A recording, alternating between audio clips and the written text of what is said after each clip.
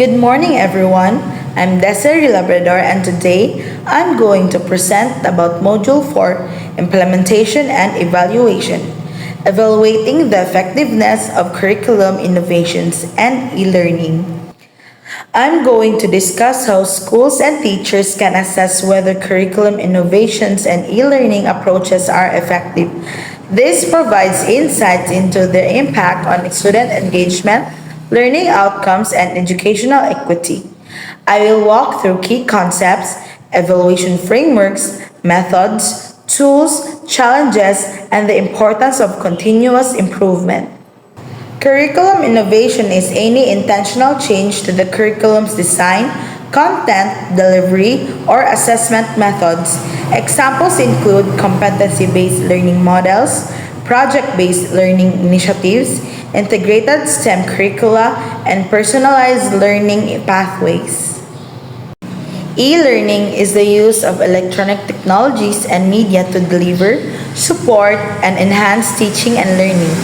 This includes learning management systems or LMS, virtual classrooms and synchronous instruction, asynchronous online modules, hybrid and blended learning models, and mobile learning applications. Curriculum innovation refers to deliberate changes to educational content, instructional methods, or learning experiences designed to improve student outcomes, while e learning encompasses digital platforms and technologies that deliver educational content and facilitate learning experiences. Effective evaluation begins with a clear, focused questions. For effectiveness questions, are students achieving intended learning outcomes at higher rates? Has student engagement or motivation improved? For implementation questions, are teachers implementing the innovation with fidelity? How much time and resources are required? For sustainability questions, can the innovation continue without external funding? What professional development is needed for long term? And for equity questions, who benefits most from this innovation? Are there disparities in access, engagement, or outcomes? Evaluation helps identify whether students learn better using the new methods.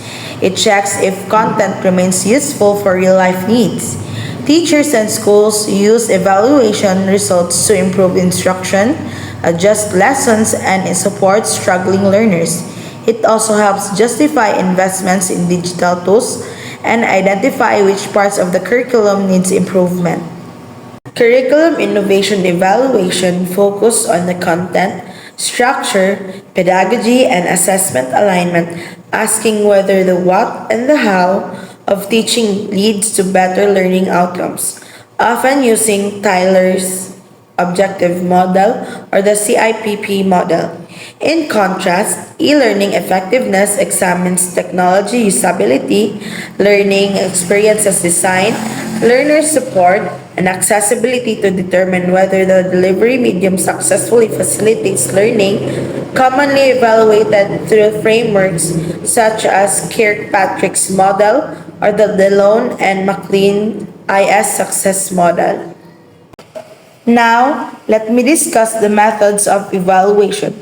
Quantitative evaluation methods, student performance data, pre-post test to measure learning gains, compare standardized scores or final grades with the old curriculum, retention and completion rates, learning analytic for e-learning, platform engagement, logins, time spent, click patterns, forum participation frequency, assessment submission and completion rates, surveys and scales, Likert scale questionnaires for satisfaction, usability, motivation, and self-efficacy.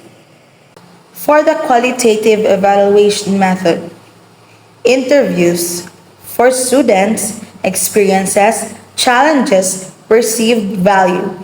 For teachers, implementation issues, training needs, instructional alignment. Focus groups, collective perceptions, themes, and suggestions, classroom virtual observations, fidelity of implementation, engagement and interaction patterns. artifact analysis, review of portfolios, projects, essays to judge depth and quality of learning. Both quantitative and qualitative method used to evaluate curriculum innovations and e-learning effectiveness.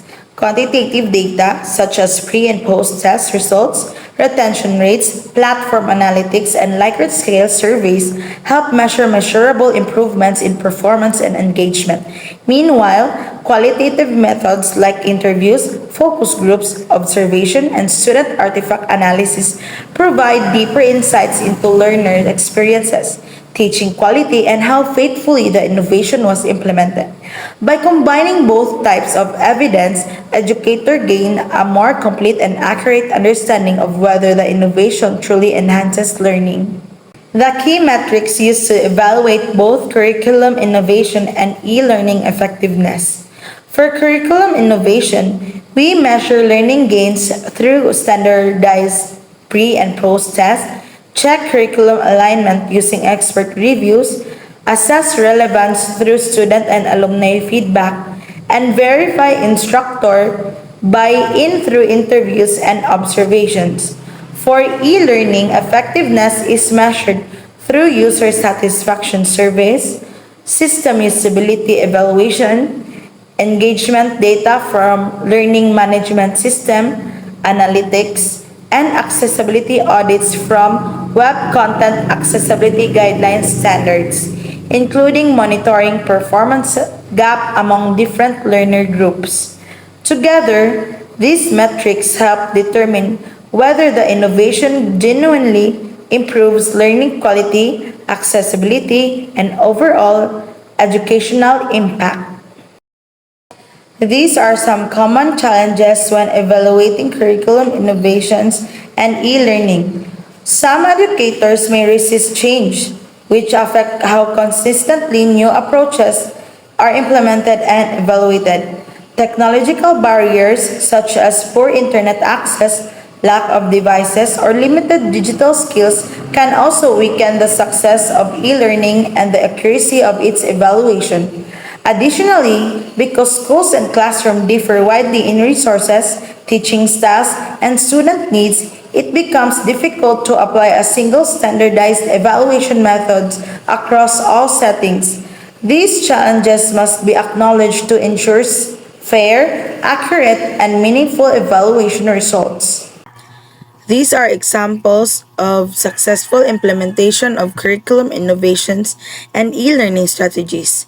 Blended learning models, which combine face-to-face instruction with online tools, have consistently shown improvements in student performance and overall satisfaction. Project-based learning also stands out because it encourages students to collaborate, think critically, and stay motivated through hands-on, meaningful tasks.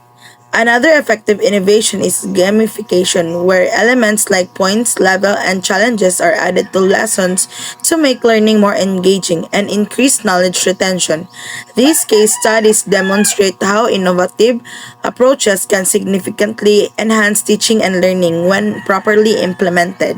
This is the iterative evaluation cycle for curriculum innovations and e-learning initiatives begin with planning, where clear and measurable objectives are defined. The innovation is then implemented on a small scale to test its feasibility. Data is collected using both quantitative and qualitative methods, and the results are analyzed against the original objectives to identify any gaps or issues. Based on these findings, refinements are made to improve content, teaching strategies, or technology systems before re-implementing the innovation. Finally, once effectiveness is proven, the program can be scaled to a larger group or institution. This cycle ensures continuous improvement and maximizes the impact of educational innovations. Here are some of the reference I used for my report. Once again, thank you and good day.